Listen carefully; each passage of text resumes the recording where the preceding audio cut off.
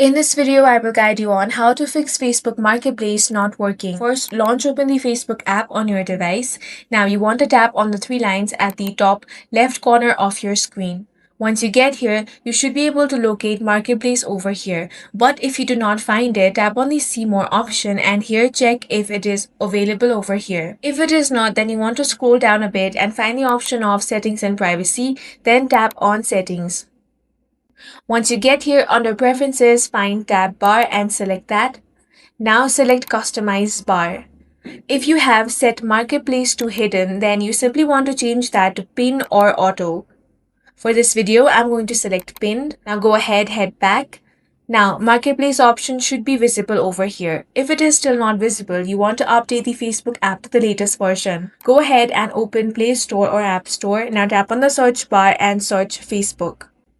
Here, tap on the update option and update Facebook to the latest version. After it has been updated, open Facebook and check if your issue is fixed. If you're still not able to access Marketplace, then that might be because you're not eligible for that. To check, you want to tap on these three lines. Now scroll all the way down and find the option of Help and Support. Tap on that.